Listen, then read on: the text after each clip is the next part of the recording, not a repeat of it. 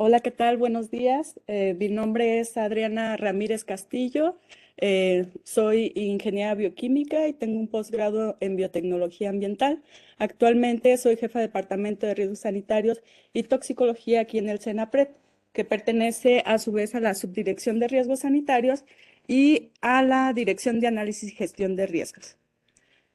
El día de hoy bueno, ya mi compañera, la maestra Lilia Calva, nos dio un panorama de lo que son, de lo que es la gestión de residuos sólidos urbanos en México. Y bueno, en esta segunda parte, en esta segunda presentación, vamos a hablar de la importancia de regular y normalizar este tipo de residuos por los efectos ambientales y a la salud que tienen, ¿no? El contenido de la presentación, la hice de la siguiente manera, una pequeña introducción de cómo es que se dan los problemas de contaminación por la generación de residuos sólidos urbanos. Tenemos después los peligros potenciales de los residuos sólidos urbanos enfocados a los fenómenos sanitario-ecológicos, que son contaminación de agua, suelo, aire y la generación de fauna nociva o plagas. Pero también, bueno, tenemos otros peligros que implican otro tipo de fenómenos. En este caso nos enfocaremos a fenómenos sanitario-ecológicos. Para terminar con lo que es el marco legal en México, principalmente la Ley General de Prevención y Gestión Integral de Residuos y lo que es la norma 083 Semarnat 2003, que nos marca los lineamientos para la disposición final segura de estos residuos. Bien, a manera de introducción, pues tenemos, como ya nos platicó la maestra Lilia, los residuos sólidos urbanos son aquellos que se generan en nuestras casas, en algunas actividades, en negocios que tienen características domiciliarias. Estos, de manera general, los podemos clasificar en dos grandes grupos, orgánicos e inorgánicos.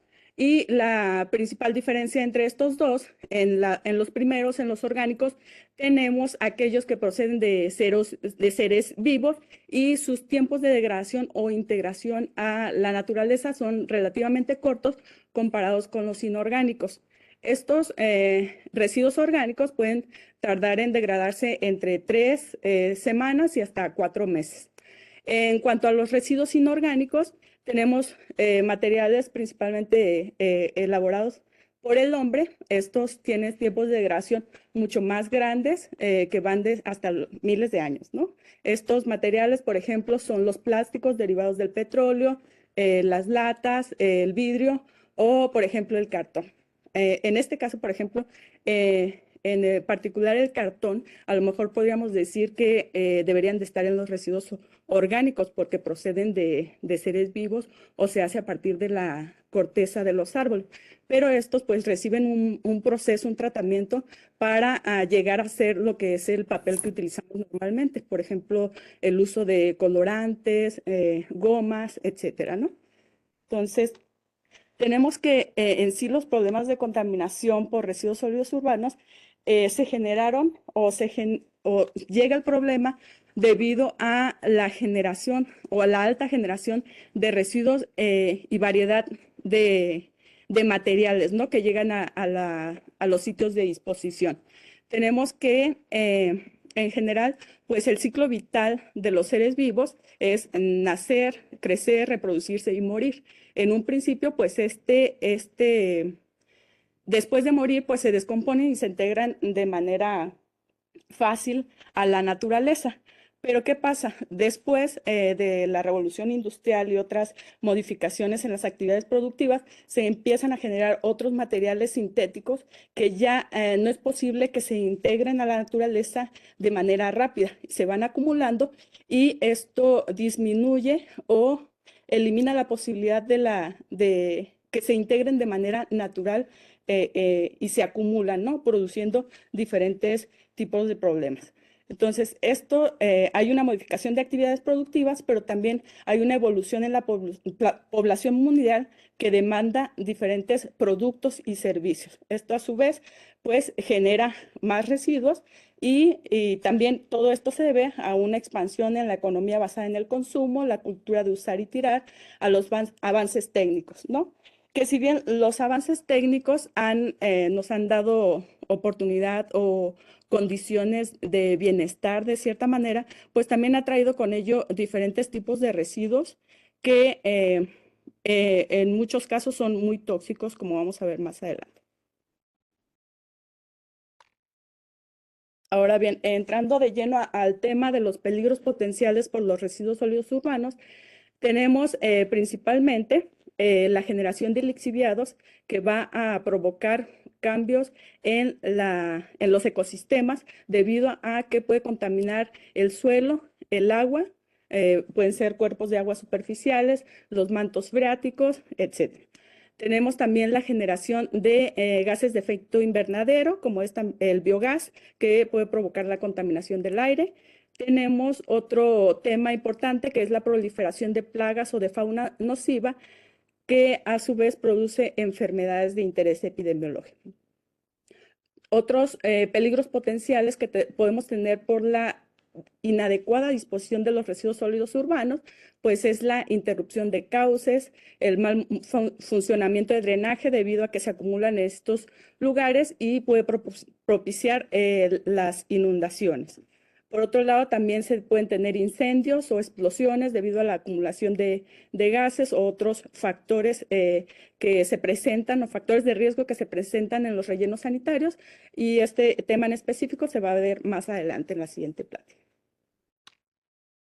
Aquí les presento de manera general los principales efectos que podemos tener en el medio ambiente, que como mencionaba, es la contaminación de suelos, la contaminación de acuíferos, de aguas superficiales, la emisión de gases de efecto invernadero, así como también tenemos cambios en el paisaje, hay una destrucción de los espacios naturales, hay proliferación de plagas, de roedores, insectos que pueden transmitir distintas enfermedades y también pues la producción de malos olores, como se puede ver en esta imagen.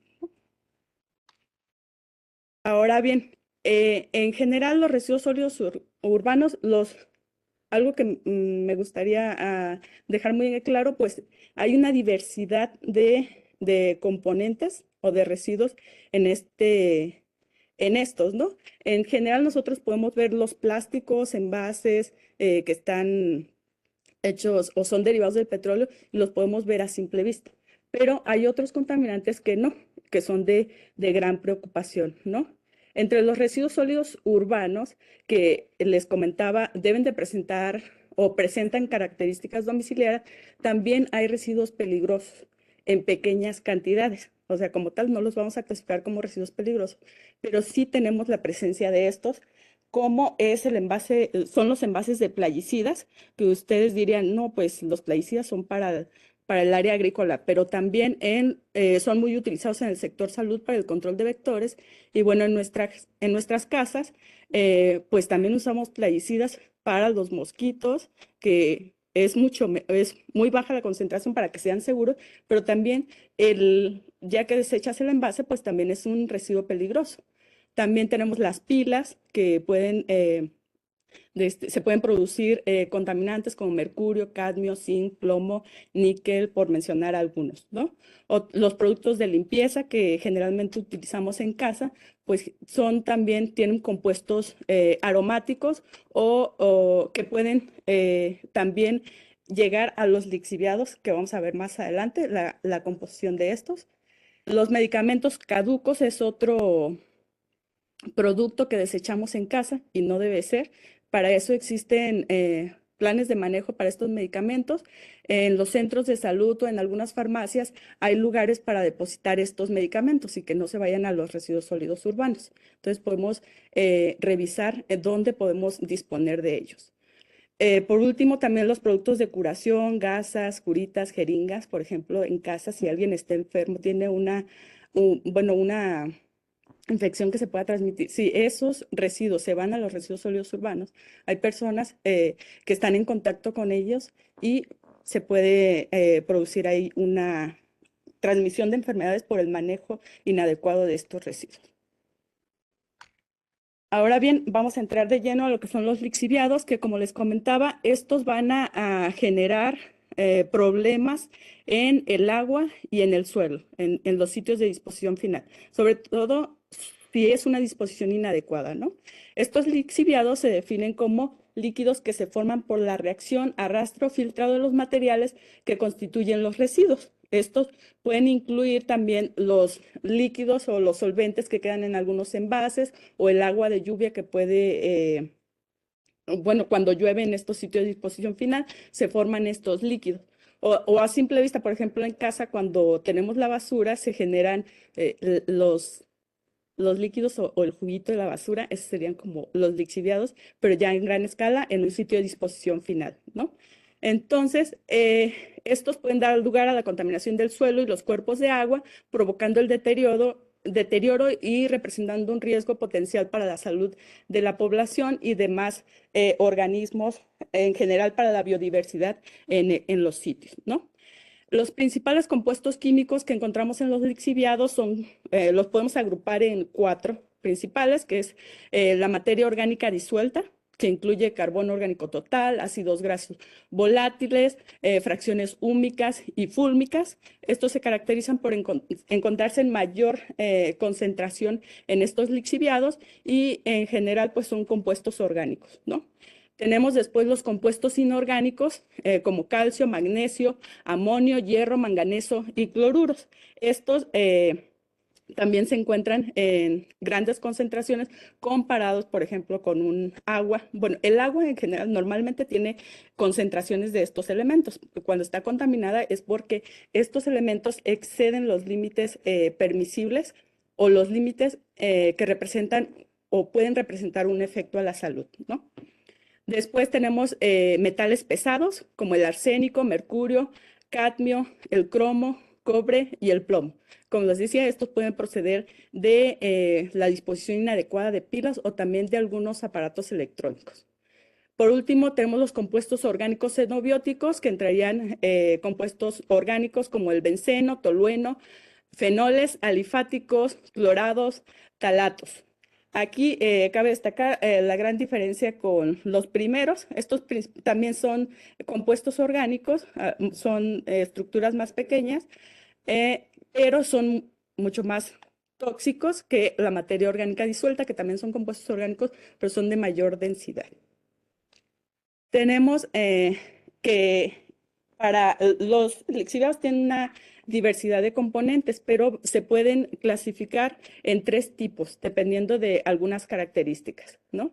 Tenemos los lixiviados de tipo 1 o los jóvenes, que tienen un aproximado de tiempo menor a 5 años. Los pH son ácidos entre 4.5 y 6.5 y la demanda química de oxígeno varía entre 6.000 y 60.000 miligramos por litro. Aquí les aclaro, este parámetro, la demanda química de oxígeno, es un parámetro que nos permite medir la cantidad de oxígeno necesaria para oxidar la materia orgánica. Es, por ejemplo, para procesos químicos, sería la cantidad de oxígeno necesario en un proceso químico para degradar toda la materia orgánica que contiene una muestra, ¿no? En este caso, el lixiviado. En el caso de los lixiviados jóvenes, como les decía, varía entre 6.000 y 60.000.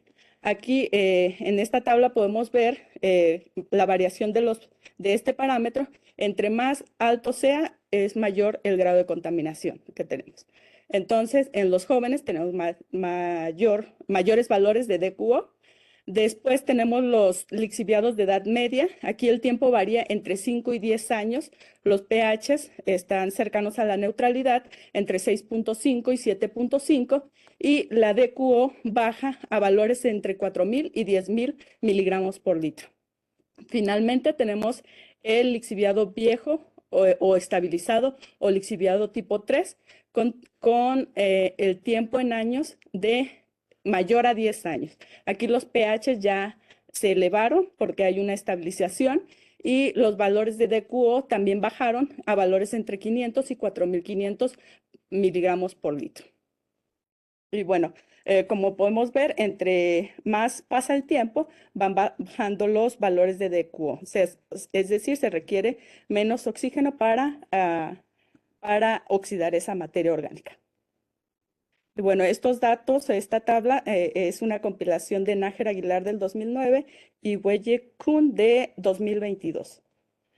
Tenemos ahora, les presento una tabla que muestra de manera general otros componentes de los lixiviados y y los tratamientos que se realizan para estos, ¿no?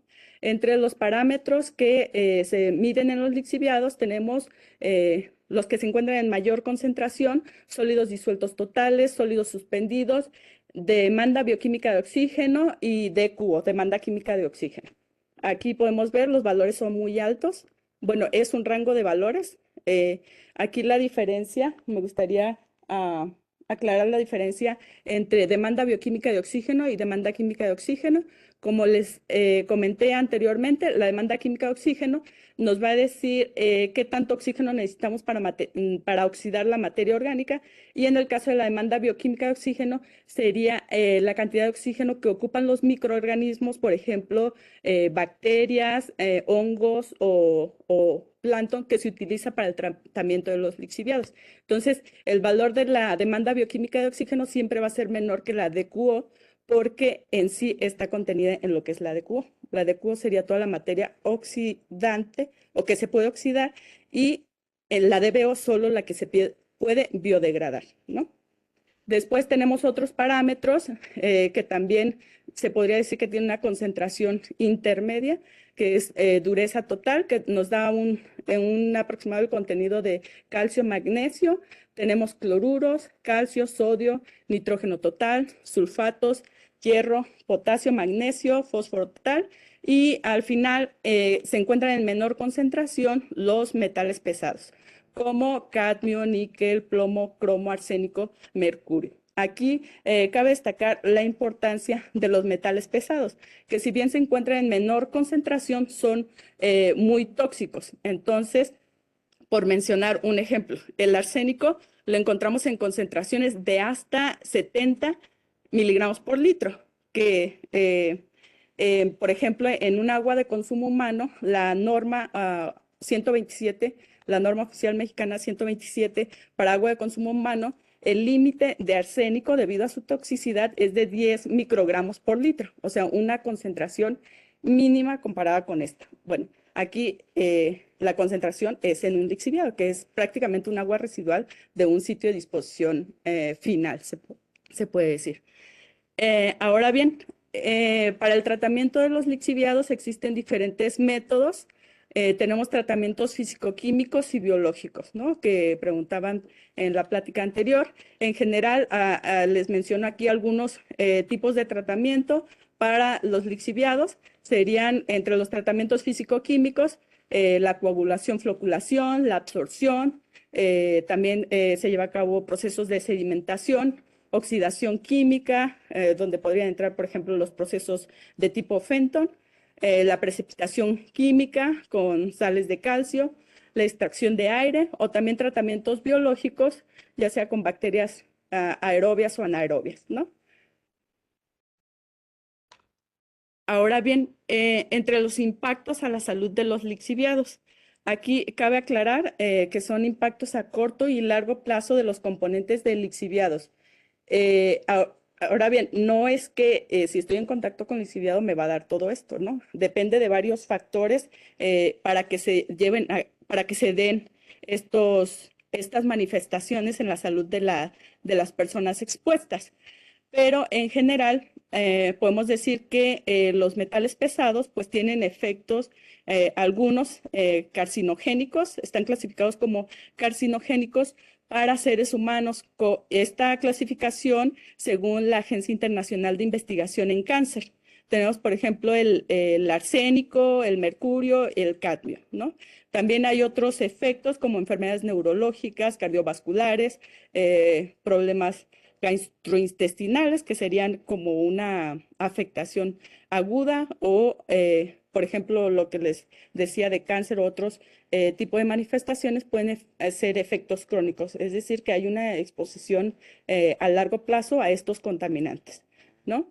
También tenemos los compuestos orgánicos xenobióticos, que mencionaba que es uno de los componentes principales de los lixiviados. Entre ellos tenemos los compuestos Vectex, que incluyen el benceno, tolueno, etilbenceno y gileno. Son genotóxicos, pueden dañar el material genético. También se consideran carcinogénicos. Tenemos algunas sustancias polifluoroalquiladas que producen toxicidad crónica, neurotoxicidad y también son carcinogénicas. Por otro lado, recuerdan, tenemos 4 grandes grupos en los lixiviados. Ahora bien, en el caso de la materia orgánica disuelta, pues son mucho menos graves los efectos, pero también se tienen efectos, por ejemplo, en el caso de los ácidos grasos volátiles, efectos en la mucosa del colon; en el caso de los ácidos húmicos, daños en el ADN, retraso de crecimiento, enfermedades autoinmunes; y finalmente, en el caso de los componentes inorgánicos, pues se tiene que estos tienen alta toxicidad, pueden, en el caso del amonio, provocar ceguera, daño pulmonar. Tenemos también aquí daño renal, el caso de fosfatos, osteoporosis. Los cloruros, bueno, el cloro cuando está combinado con otros compuestos orgánicos o forma parte de compuestos orgánicos puede ser carcinogénico también, ¿no? Bueno, esto sería en cuanto al impacto a la salud de los lixiviados, que como decía, estos lixiviados pueden contaminar el suelo y el agua.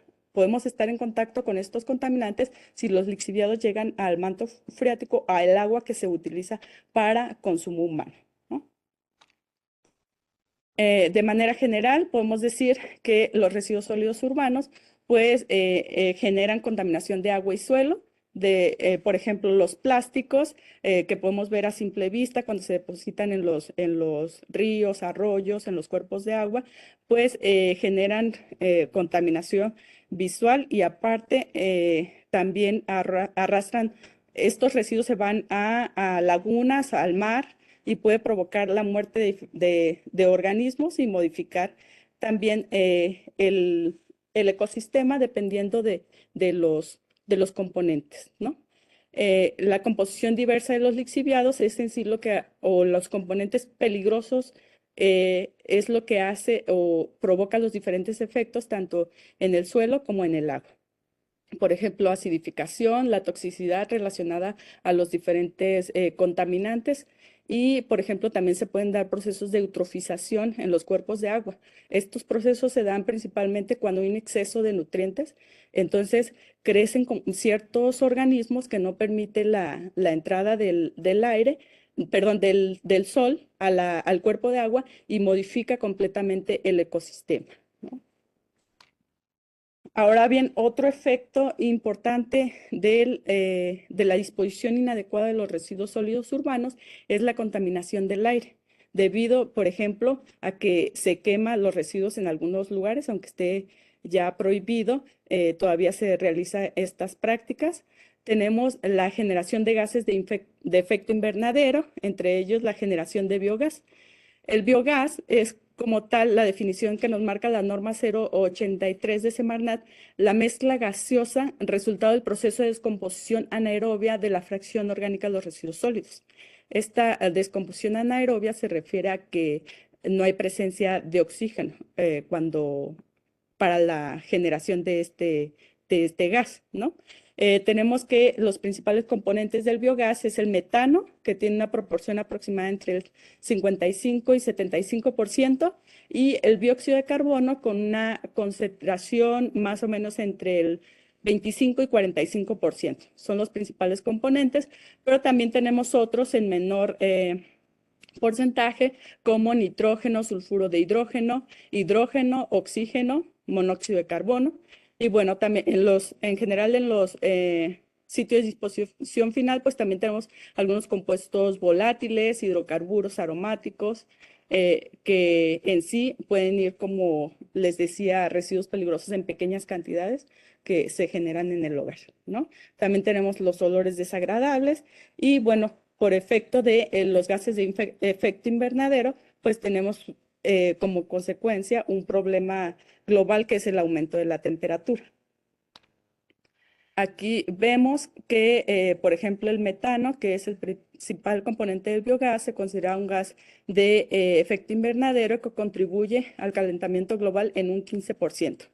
El otro componente en menor cantidad que se encuentra el biogás es el dióxido de carbono, que contribuye en 53% al calentamiento global. Si bien el dióxido de carbono se genera de manera natural en algunos procesos, como por ejemplo, bueno, la respiración, también este se genera por las actividades antropogénicas, que es a lo que se refiere cuando hay que disminuir estas actividades para reducir los gases de efecto invernadero, ¿no? Otros compuestos que afectan la capa de ozono y se pueden dar en estos sitios de disposición final, pues son los clorofluorocarbonos, hidroclorofluorocarbonos, los halones, y estos vienen principalmente de gases refrigerantes, espumantes, aerosoles, cuando estos como les decía, se van a estos sitios de disposición. Ahora bien, en cuanto a la proliferación de fauna nociva, tenemos que los sitios de disposición final o en sí un lugar con residuos sólidos urbanos es el lugar ideal para la proliferación de estas plagas porque tienen un refugio para, bueno, se podría decir las condiciones ideales y tienen alimento. Entonces, estas son fuente de infecciones y también son vectores de los organismos que las provocan. En sí, como tal, la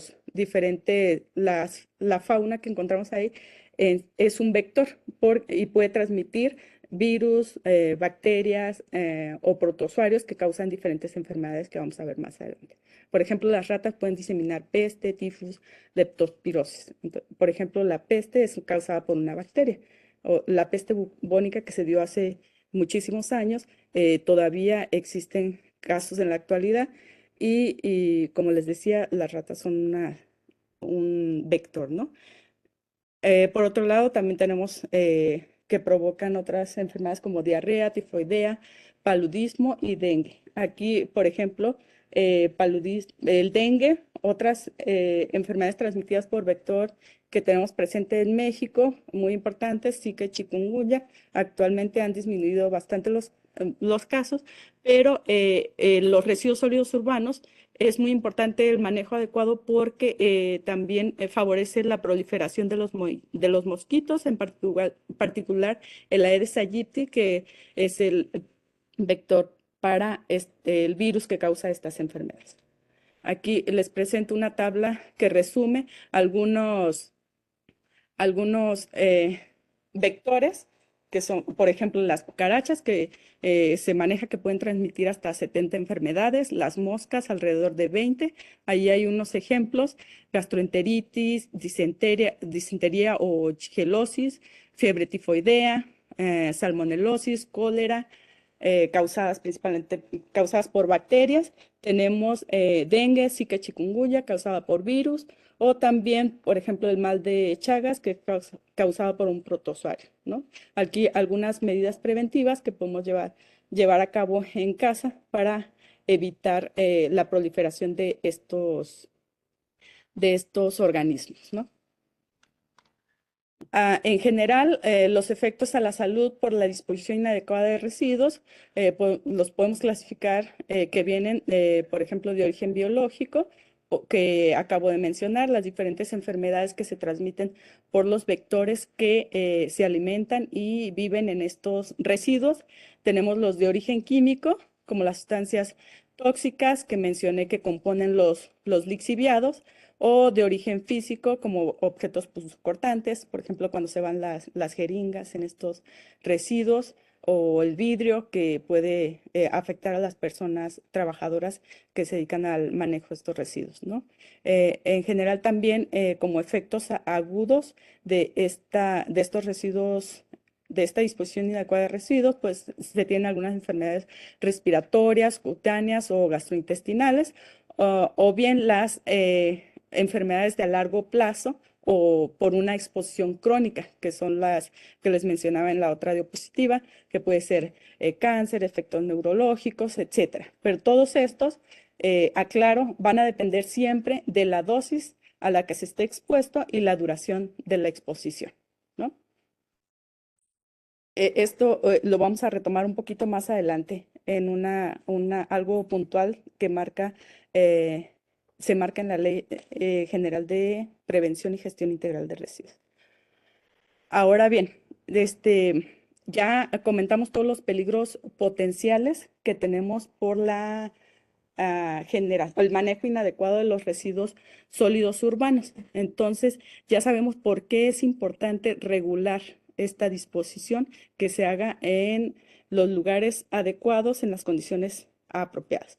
De manera general, vamos a ver la Ley General de Protección Civil, así de manera muy rápida, para ver dónde incidimos.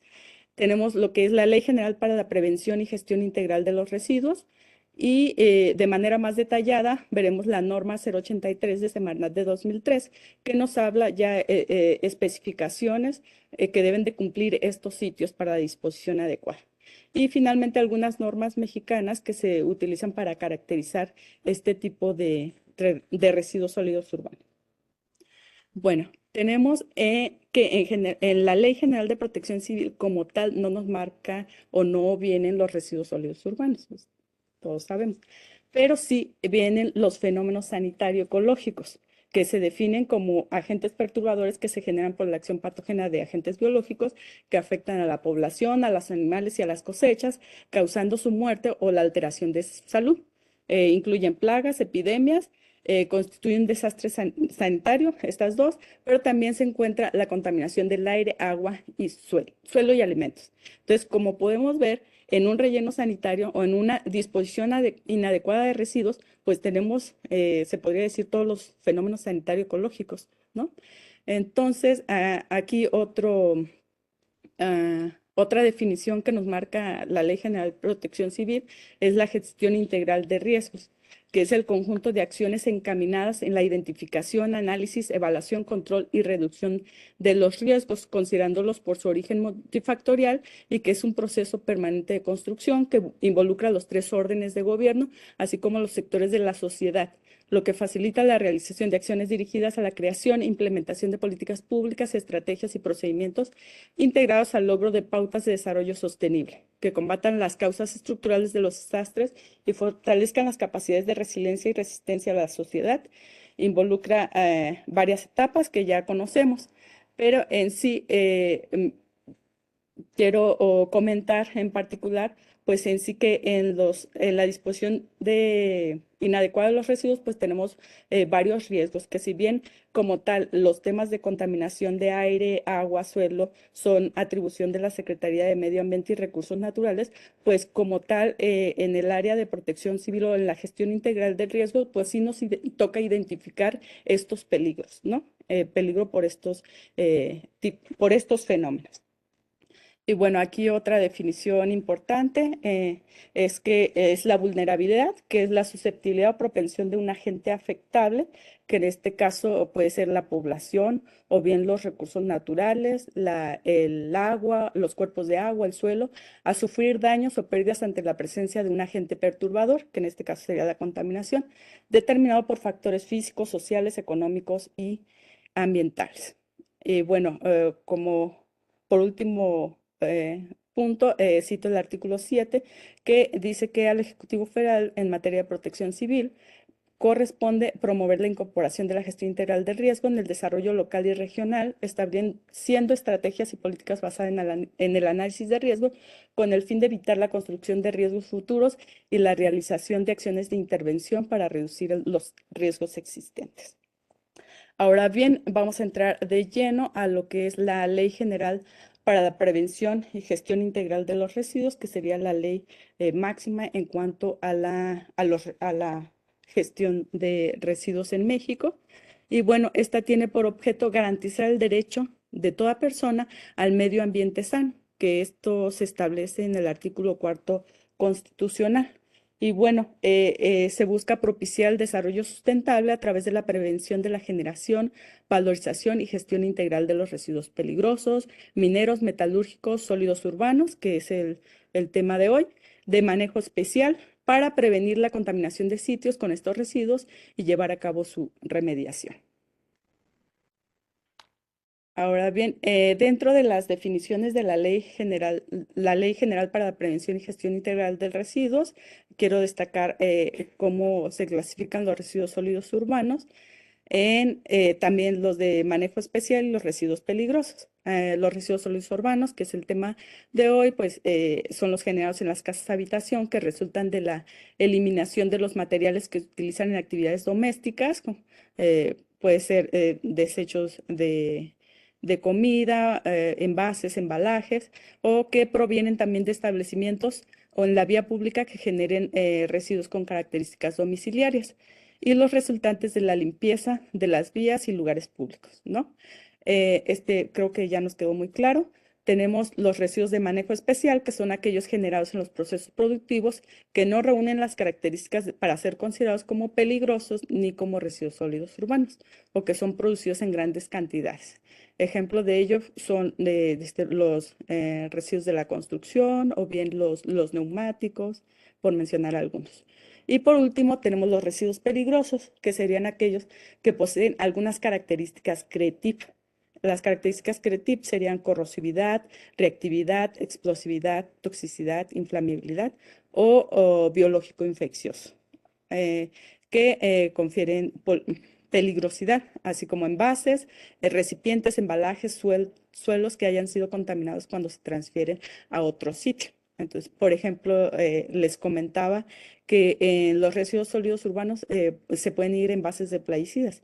Entonces, no, es que ya no tiene o ya se retiró como tal el material peligroso que sería el plaguicida, pero en sí pues quedan impregnados con estos materiales y se consideran un residuo peligroso. En cuanto a la distribución de competencias y coordinación, el título segundo de esta ley dice en su artículo 10 que los municipios tienen a su cargo las funciones de manejo integral de residuos sólidos urbanos, que consisten en la recolección, traslado, tratamiento y su disposición final.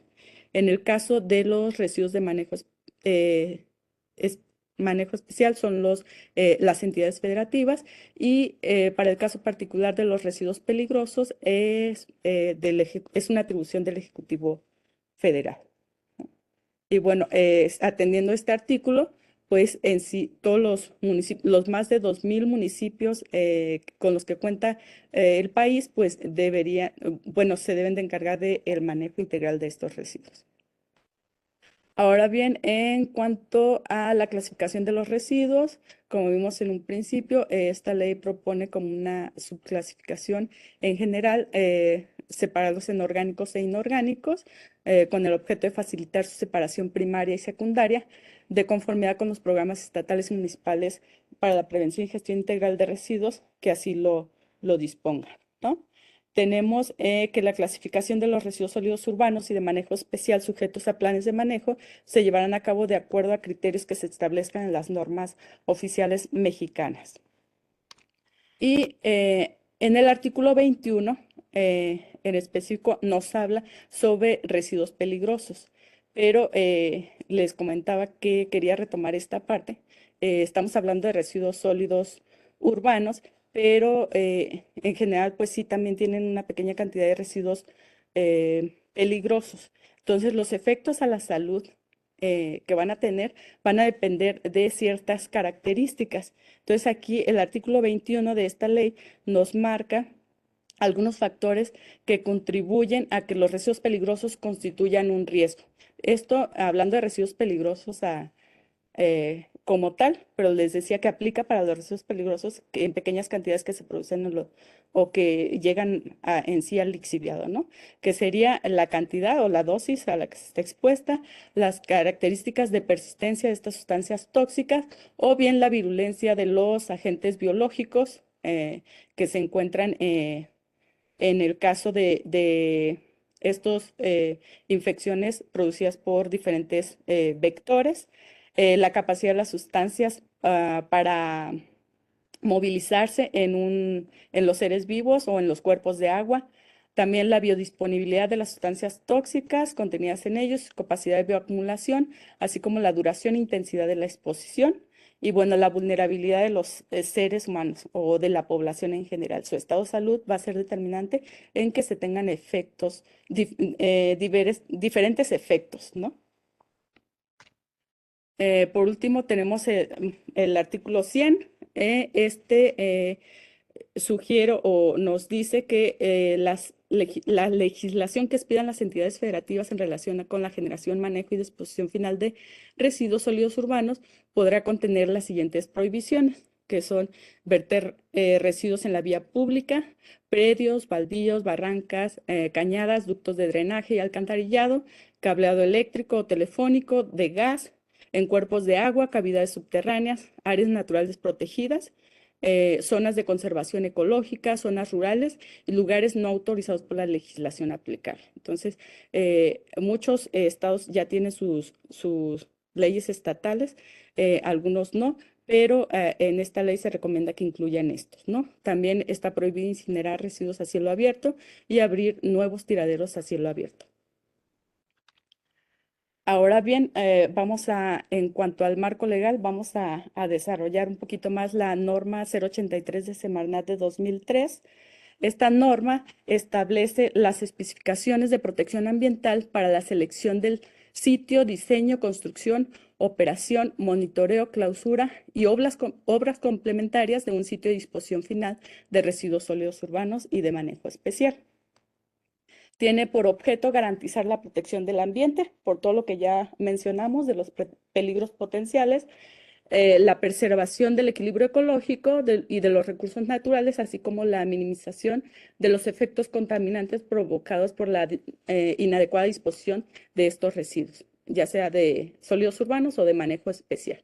En general, la ley contempla estos puntos que son disposiciones generales, especificaciones para la selección del sitio, características constructivas y operativas del sitio final, los requisitos mínimos que debe cumplir un sitio tipo D, que ahorita vamos a ver que son los más pequeños, y finalmente la clausura del sitio. En esta cabe destacar tres definiciones.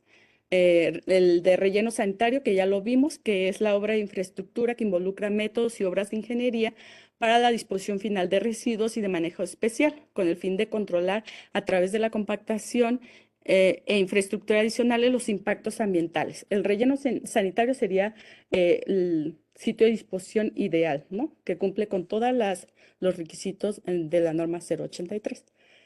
Por otro lado, tenemos los sitios controlados, que son sitios inadecuados de disposición final, que cumple con especificaciones de un relleno sanitario, pero no cumple con especificaciones de impermeabilización.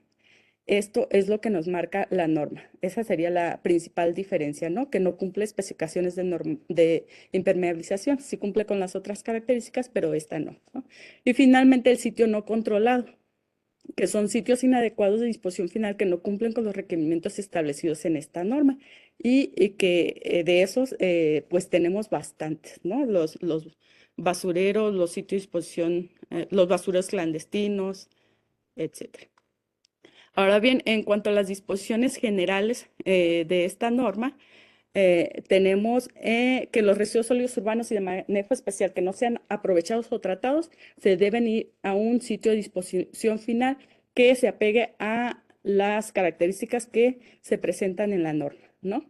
Entonces, estos sitios de disposición final los podemos clasificar en 4 tipos dependiendo de la cantidad de residuos que reciben al día.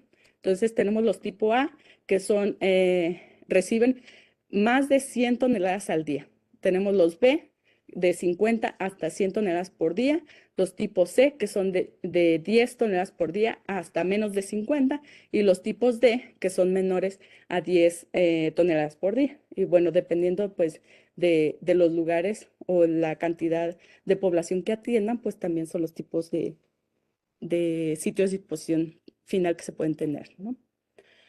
Esta norma nos marca algunas restricciones para la ubicación de los sitios y las condiciones mínimas que debe cumplir cualquier sitio de disposición final, ya sea A, B, C o D, ¿no?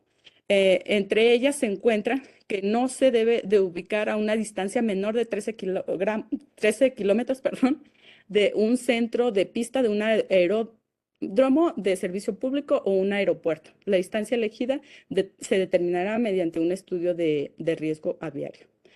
Por otro lado, no se deben ubicar sitios dentro de áreas naturales protegidas, a excepción de los sitios que estén contemplados en el plan de manejo de estas.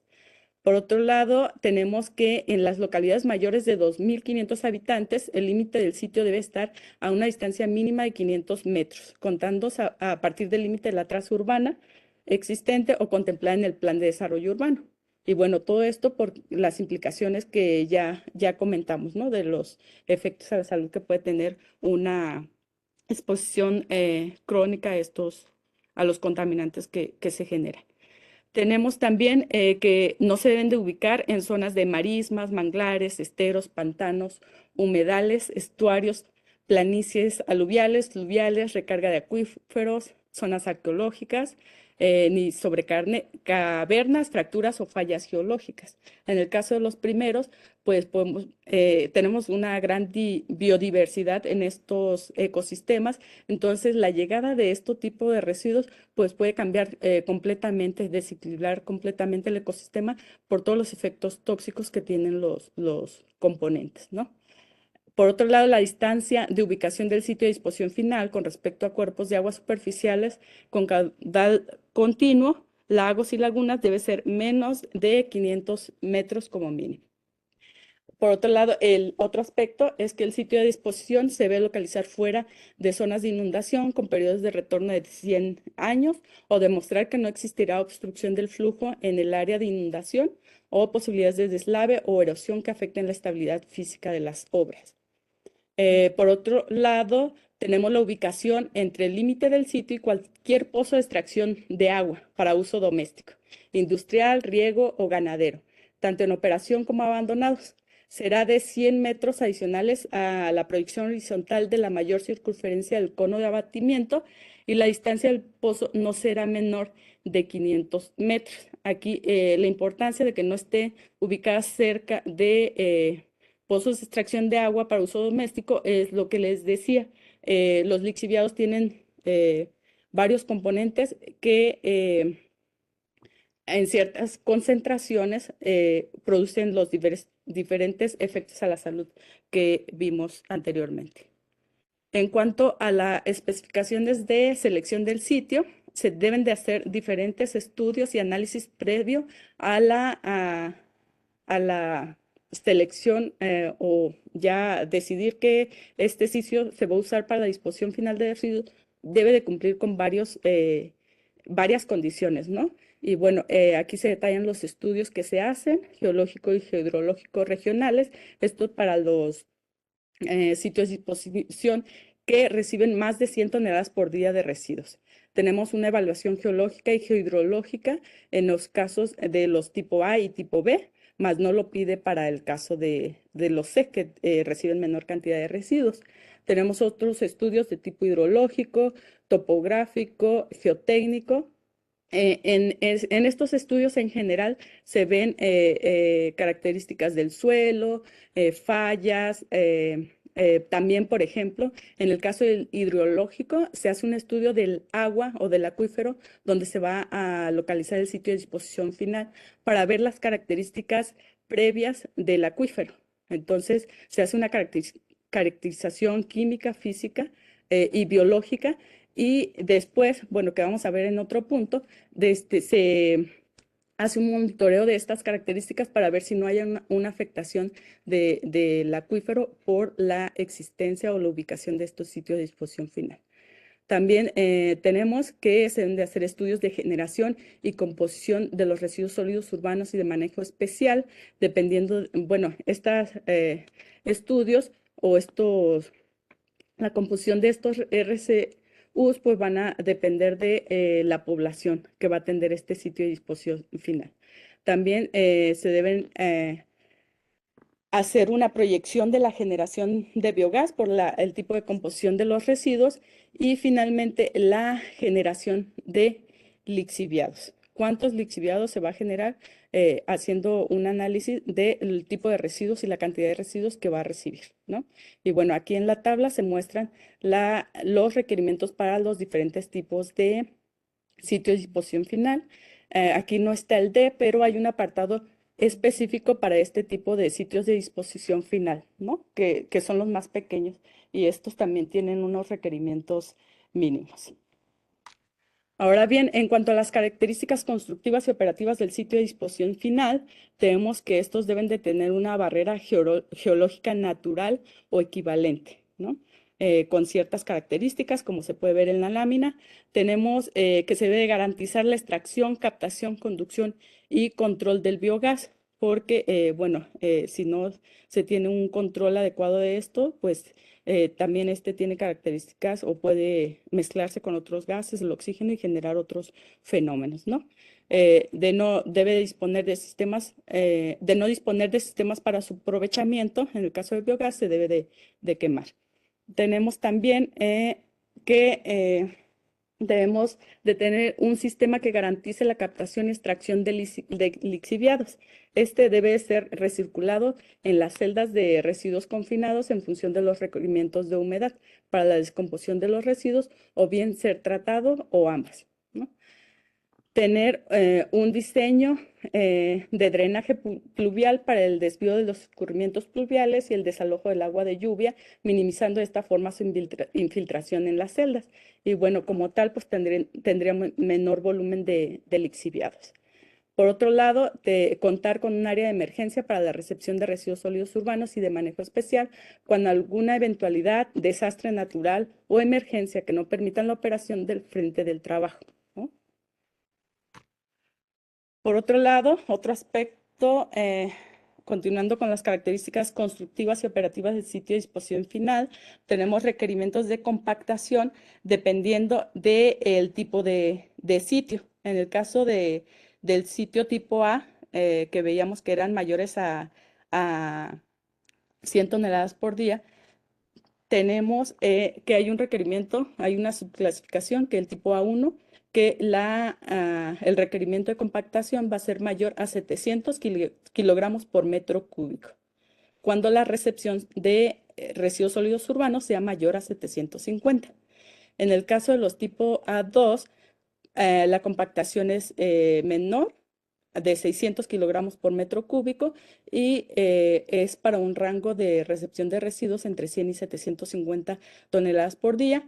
Después tenemos para el sitio tipo B, una compactación mayor a 500 kilogramos por metro cúbico y el tipo C mayor a 400 kilogramos por metro cúbico. También se debe controlar la dispersión de materiales ligeros, así como la fauna nociva y la infiltración pluvial. Los residuos no deben de ser cubiertos de manera continua y en menos de 24 horas posteriores a su depósito. También se adoptarán medidas para que no sean admitidos los siguientes residuos. Los sitios de disposición final de residuos sólidos urbanos como tal no pueden recibir líquidos, aguas residuales, líquidos industriales de proceso, lodos hidratados con humedad mayor al 85%, residuos conteniendo aceite minerales y residuos peligrosos por todas las implicaciones que tienen y bueno, tienen un manejo especial. Por otro lado, tenemos que los lodos deben ser previamente tratados o acondicionados antes de su disposición en el frente de trabajo. Por otro lado, tenemos obras complementarias requeridas de acuerdo al tipo de disposición final. Tenemos caminos de acceso que los pide para los 3 tipos de sitio de disposición final, A, B y C. Caminos interiores, solo nos pide para los sitio de disposición que reciben mayor cantidad de residuos por día, la cerca perimetral para los tres tipos, caseta de vigilancia y control de acceso, báscula, agua potable, electricidad y drenaje en el sitio, vestidores, servicios sanitarios. Tenemos también la franja de amortiguamiento mínimo de 10 metros, oficinas, servicio médico y seguridad personal. Aquí, perdón, aquí estas características fueron consideradas para la encuesta que hizo INEGI para caracterizar o tener información de los diferentes sitios de disposición final que nos comentaba la maestra Lilia en la presentación anterior, que se utilizaron para definir los niveles de peligro de los diferentes sitios de disposición final, ¿no? Entonces, entre mayor número de obras complementarias tenga, pues va a ser más seguro, ¿no? Entonces, el nivel de peligro va a ser más bajo. Ahora bien, también se considera que los sitios de disposición final deben de tener un manual de operación. Este debe de incluir un dispositivo de control de acceso de personal, así como de vehículos y materiales. Esto también es importante porque va a vigilar que no se introduzcan residuos peligrosos a estos sitios de disposición, ¿no? También tener el registro de tipo y cantidad de residuos ingresados, un cronograma de operación, un programa de control de calidad, mantenimiento, monitoreo ambiental, dispositivos de seguridad, planes de contingencia para incendios, explosiones, sismos, fenómenos hidrometeorológicos, características de otras sustancias inflamables, etcétera. Entonces, se deben de tener planes de contingencia para estos fenómenos perturbadores, tener perfiles de puesto y reglamento interno. En el caso del control de registro, hacer el ingreso de residuos sólidos urbanos y manejo especial, materiales, vehículos, personal y visitantes, tener la secuencia de llenado del sitio de disposición final, así como un registro de la generación y manejo de lixiviados y biogás, así como contingencias. Por último, en esta lámina se contempla lo que es el informe mensual de actividades. Se debe llevar a cabo un monitoreo de biogás. Aquí, una disculpa, dice gas, pero es biogás. Y bueno, se debe monitorear la composición. En el caso de lixiviados, hacer una medición de parámetros como pH y DQO. En el caso del monitoreo de acuíferos, también un análisis químico para ver si no hay afectación, ¿no? Nos va a permitir ver si hay una influencia de estos en los acuíferos. Bueno, ya ven que anteriormente en las láminas anteriores vimos las características que deben de cumplir los sitios de disposición final tipo A, B y C, que son los que reciben mayores cantidades de residuos sólidos urbanos. En el caso de los sitios tipo D, que son los que reciben menos de 10 toneladas por día, estos son los requisitos mínimos que deben de tener, ¿no? Empezando por garantizar un coeficiente de conductividad hidráulica de 1 por 10 a la menos 5 centímetros sobre segundo, con un espesor mínimo de 1 metro. También tener una compactación mínima de basura, que es de 300 kilogramos por metro cúbico, que sería el menor requerimiento de compactación comparado con los otros sitios que reciben mayor cantidad de residuos. Tener una cobertura de residuos por lo menos cada semana, tener un control de fauna nociva y evitar el ingreso de animales y cercar en su totalidad el sitio de disposición final. Por último, otro aspecto que contempla la norma 083 es la clausura del sitio. Entonces, para clausura del sitio debe haber una cobertura final de clausura. Esta debes de aislar los residuos, minimizar la infiltración de líquidos, controlar el flujo de biogás, minimizar la erosión y brindar un drenaje adecuado. Cabe destacar que una vez que se cierra el sitio, no termina ahí el problema. Hay que darle mantenimiento y un seguimiento a estos materiales porque se siguen degradando, se siguen transformando, ¿no? Tenemos para la conformación final del sitio, contemplar restricciones relacionadas con el uso del sitio, la estabilidad de taludes, muy importante, establecer límites del predio, características de la cobertura final que se le dio, drenajes superficiales y la infraestructura para el control de lixiviados. En el caso del mantenimiento, se debe de elaborar y operar un programa de mantenimiento de postclausura por un periodo de 20 años. Este periodo de 20 años se puede reducir siempre y cuando se garantice que no va a haber riesgos a la salud ni riesgos ambientales, ¿no? Se debe incluir el mantenimiento de la cobertura final de clausura para reparar grietas y hundimientos provocados por la degradación de los residuos, así como daños ocasionados por la erosión, escurrimientos pluviales y viento. Por otro lado, tenemos el programa de monitoreo. Se debe elaborar un programa de monitoreo para detectar condiciones inaceptables de riesgo al ambiente para la emisión de biogás y generación de lixiviados, el cual debe mantenerse vigente por por el mismo periodo del programa de mantenimiento. Es decir, en la primera parte nos establece un periodo de 20 años, pero dijimos que si se garantiza que no hay un riesgo a la salud o al ambiente, se puede reducir el periodo, entonces disminuiría también el programa de monitoreo. Y por último, el uso final de sitio de disposición final debe de ser acorde con el uso de suelo aprobado por la autoridad competente, con las restricciones inherentes a la baja capacidad de carga, posibilidad de hundimientos diferenciales y presencia de biogás, ¿no?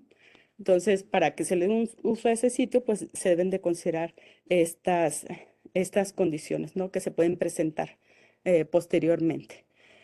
Finalmente les presento unas normas mexicanas que, pues si bien desde ya tienen sus años, pues siguen vigentes, ¿no? Que son normas mexicanas de protección al ambiente y tratan sobre residuos sólidos municipales, como se llamaban antes. Y bueno, nos habla son normas relacionadas al muestreo, que utilizan el método de cuarteo, también para determinar características de los residuos como humedad, cenizas, peso volumétrico in situ, materia orgánica, cuantificación de subproductos, determinación de algunos parámetros como nitrógeno total, pH, azufre y fósforo. Continúa la lista de normas que podemos encontrar, por ejemplo, para determinar el poder calorífico, la preparación de muestras en un laboratorio para su análisis, cómo determinar la generación de residuos sólidos, así como para determinar la relación carbono-nitrógeno, otras características como la materia orgánica, el pH, azufre y fósforo total. Bueno, para cerrar con la presentación, les presento algunas recomendaciones o acciones preventivas que podemos tener, ¿no? En el caso de las personas que trabajan con residuos, pues la recomendación sería que usaran equipo de protección personal, mínimo guantes, cubrebocas, gafas protectoras y también vacunarse contra enfermedades que pueden ser transmitidas por el contacto con los residuos, ¿no? En casa, pues finalmente, pues es una responsabilidad que tenemos como ciudadanos de cambiar los hábitos de consumo para minimizar la producción de residuos en casa, así como hacer una clasificación intradomiciliaria, hacer la separación de origen que tanto se menciona para que sea más fácil esta disposición que se hace de los residuos. Y otra recomendación, pues sería aprovechar los residuos sólidos orgánicos. Bueno, algunas formas, una de las formas de aprovecharlos en casa sería el compostaje. En muchos lugares, pues es difícil, ¿no? Hacerlo, pero esta es una recomendación. Bueno, ya para cerrar, pues creo que el manejo de los residuos urbanos pues, es una corresponsabilidad tanto, bueno, en general de la población y de las autoridades. Bueno, nosotros como ciudadanos podemos ser parte de la concientización de la población haciendo diferentes acciones desde casa y también como parte de el servicio público, pues capacitarnos en estos temas y conocer en general de los diferentes peligros a los que estamos expuestos. Muchas gracias. Con esto concluyo. Para mayor información les dejo mis datos, mi correo electrónico y estoy a sus órdenes.